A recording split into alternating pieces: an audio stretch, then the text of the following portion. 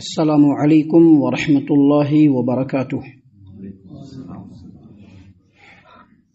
اعوذ باللہ السمیع العلیم من الشیطان الرجیم من همزه ونفخه ونفثه بسم اللہ الرحمن الرحیم قال رب اشرح لي صدری ويسر لي امری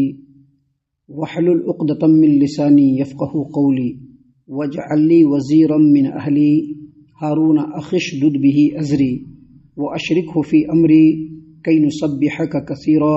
ونذکرک کثیرا انک کنت بنا بصیرا۔ محترم سامعین اکرام، سورہ طٰہٰ سورہ نمبر 20 اور اسی صورت سے بھی آپ کے سامنے آیت نمبر 25 سے لے کر کے 35 تک 25 سے لے کر کے 35 تک یہ آیات آپ کے سامنے تلاوت کی گئیں۔ سامعین اکرام، سب سے پہلے ایک بات ہمیشہ سمجھ لیجئے کہ اس روئے زمین پر کوئی بھی انسان، کوئی بھی عظیم کام جو دنیا اور آخرت کی بھلائی والا ہوتا ہے، اس کو وہ انجام دینا چاہتا ہے یا انجام دیتا ہے، اس میں رب العالمین کی مرضی، اللہ تبارک و تعالیٰ کی نصرت اور اللہ تبارک و تعالیٰ کا سپورٹ انتہائی ضروری ہے۔ لہٰذا سلف صالحین کا یہ ترہ اور ان کا یہ شیوا رہا ہے کہ جب بھی وہ کوئی اہم کام کرتے یا کوئی اہم ذمہ داری ان کے اوپر ڈالی جاتی تو سب سے پہلے اللہ تبارک و تعالیٰ کی طرف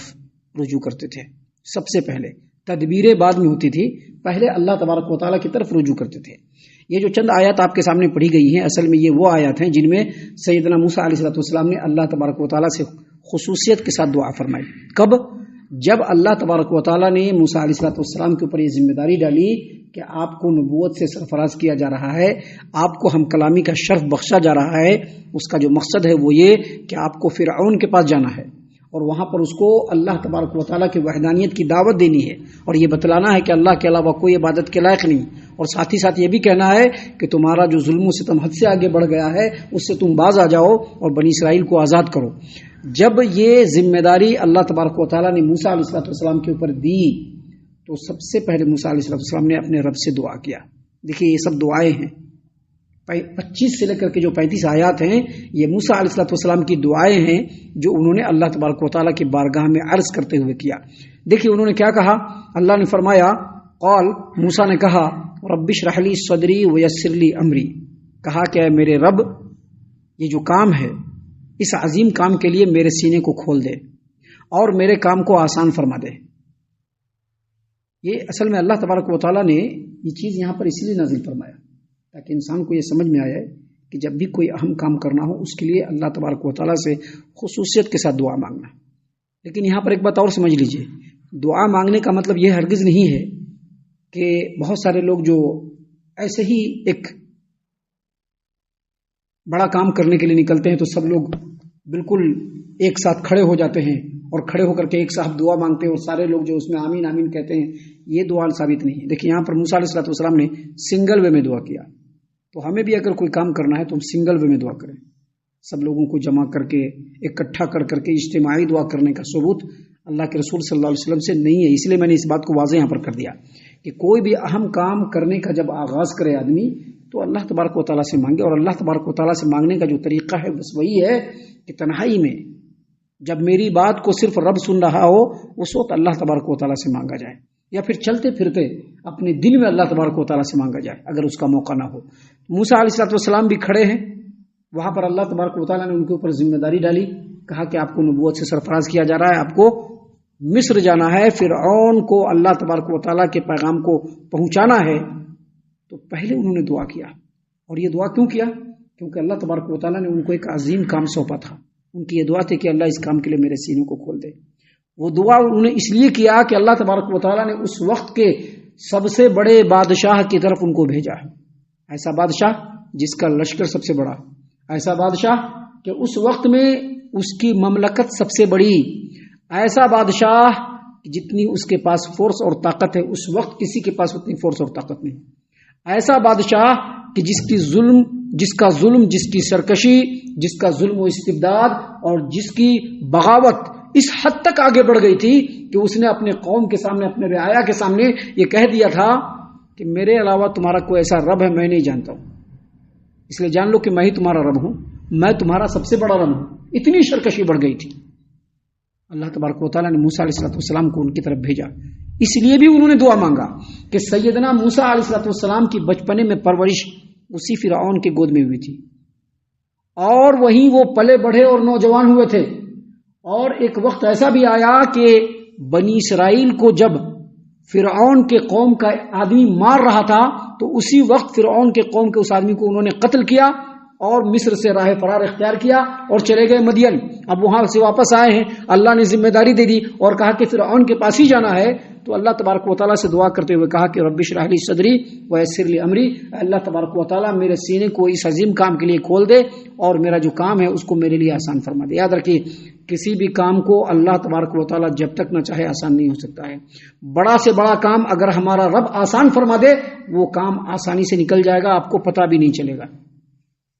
تو اسی لیے موسیٰ علیہ السلام نے دعا مانگا اور رب اشرح لی صدری, اے میرے رب اس کام کے لیے میرے سینے کو کھول دے اور میرا کام آسان کر دے.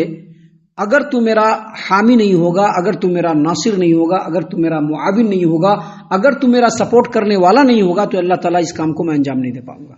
اس کے بعد آگے دعا کیا وحلل عقدۃ من لسانی یفقهوا قولی, اللہ تبارک و تعالیٰ میرے زبان کی جو گڑھیں ہیں وہ کھول دے اور میری زبان کو ایسا بنا دے کہ میں جو بولوں تو لوگ سمجھ لیں. یاد رکھیے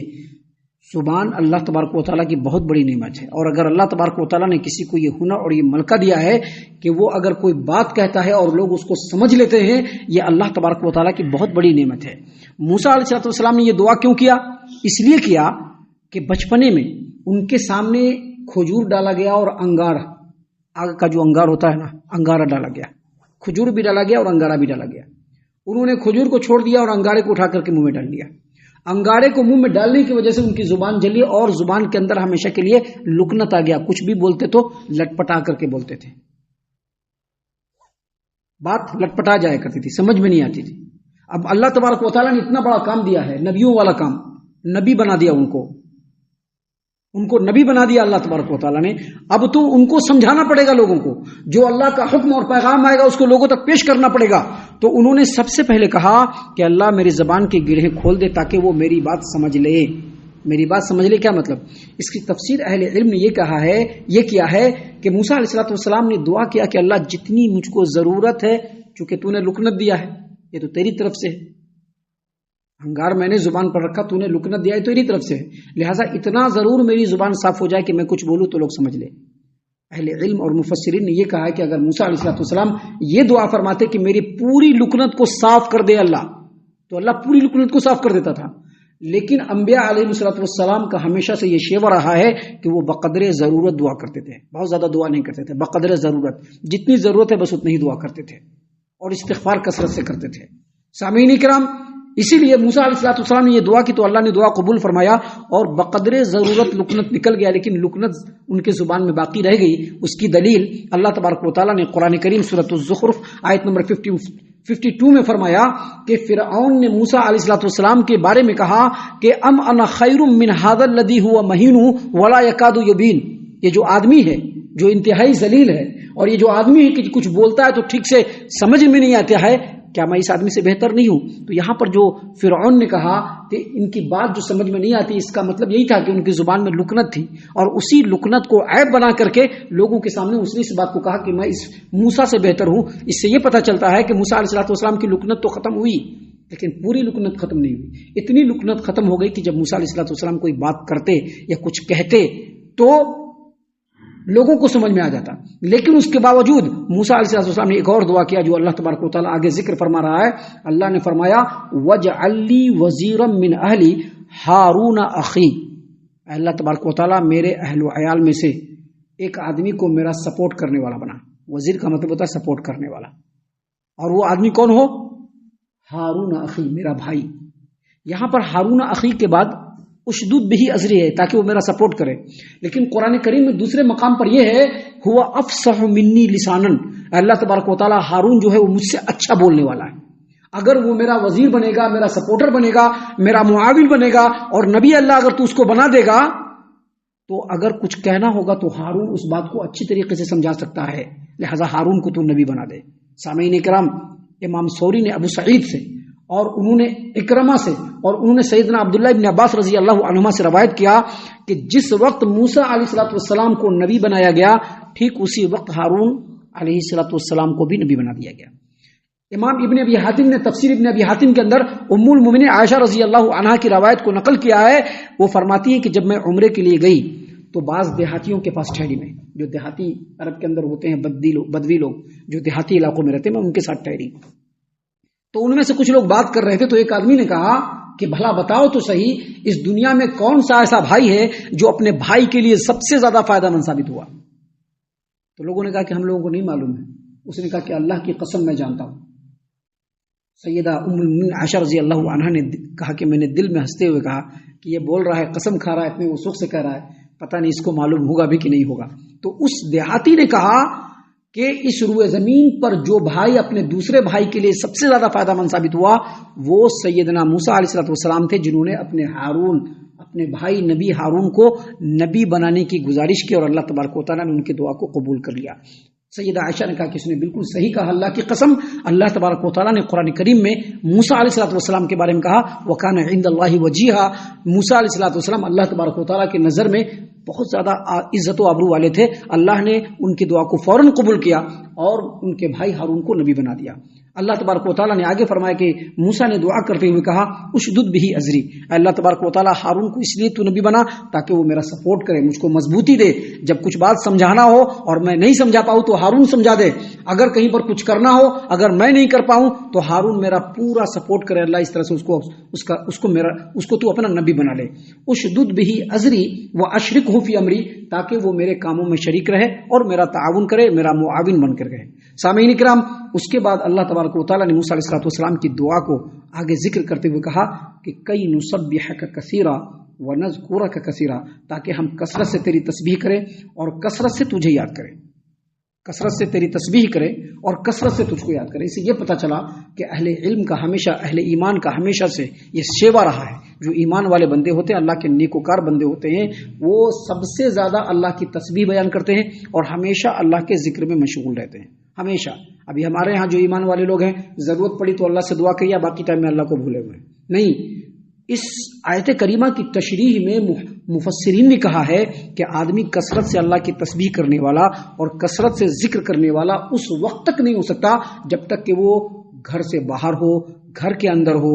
لیٹا ہوا ہو، بیٹھا ہوا ہو، چل رہا ہو، کام میں مشغول ہو، ہمیشہ اللہ کو یاد کرے، ہمیشہ اللہ کو ذکر کرتا رہے۔ اس لیے آپ دیکھیں گے کہ سعودی عرب کے اندر جب آپ سڑکوں پر جائیں گے، ہائی وے پر چلیں گے، تو جگہ جگہ پہ آپ کو پتھروں پہ بورڈ لکھا ہوگا سبحان اللہ و بحمدہ سبحان اللہ العظیم۔ کیوں؟ تاکہ یاد آئے آدمی کو اور ہمیشہ تسبیح اللہ تبارک و تعالیٰ کی کرتا رہے، ہمیشہ اللہ کی تسبیح کرتے رہنا چاہیے، ہمیشہ اللہ کا ذکر کرتے رہنا چاہیے۔ جس قدر تسبیح کریں گے، جس قدر ذکر کریں گے، اللہ زندگی میں اتنی ہی آسانی دیتا چلا جائے گا۔ اس کے بعد اللہ تبارک و تعالیٰ نے آگے مزید فرمایا کہ موسیٰ علیہ الصلوۃ والسلام نے دعا کرتے ہوئے کہا انک کنت بنا بصیرا، یقیناً تو ہم کو ہر حال میں خوب دیکھ رہا ہے۔ یعنی اتنے بڑے بادشاہ کے پاس، اتنے ظالم و جابر بادشاہ کے پاس تو نبی بنا کر کے بھیج رہا ہے، جو بھی حالات ہوں گے اللہ تو ہم لوگوں کو ضرور دیکھے گا اور ہمارا کمپلیٹلی سپورٹ کرے گا، کیونکہ تو ہر بات کو جاننے والا اور ہر چیز کے اوپر قدرت رکھنے والا ہے۔ سامعین کرام، یہاں پر ان کی دعا ختم ہوتی ہے۔ ہم اللہ سے دعا کرتے ہیں کہ اللہ تعالی ہم تمام کو ان باتوں کے اوپر خوب غور و فکر اور تدبر کرنے کے ساتھ ساتھ اللہ تعالی ان باتوں کے اوپر ہم تمام کو عمل کرنے کی بھی توفیق عنایت فرمائے، آمین۔ اللہ تعالی ہم تمام کو صحیح معنوں میں پکا سچا مومن مسلمان بنائے، اللہ اور اس کے رسول صلی اللہ علیہ وسلم کی اطاعت و فرما برداری کرنے والا بنائے، صحابہ کرام رضی اللہ عنہم کے طریقے پر چلنے والا بنائے، جنت الفردوس میں جگہ عطا فرمائے۔ اے اللہ ہم تمام کو جہنم سے پناہ دے، اے رب العالمین ہم تمام کو جہنم سے پناہ دے، اے مالک الملک ہم تمام کو جہنم سے پناہ دے، آمین یا رب العالمین۔ وما علینا الا البلاغ المبین۔ تبارك الذي نزل الفرقان على عبده ليكون للعالمين نذيرا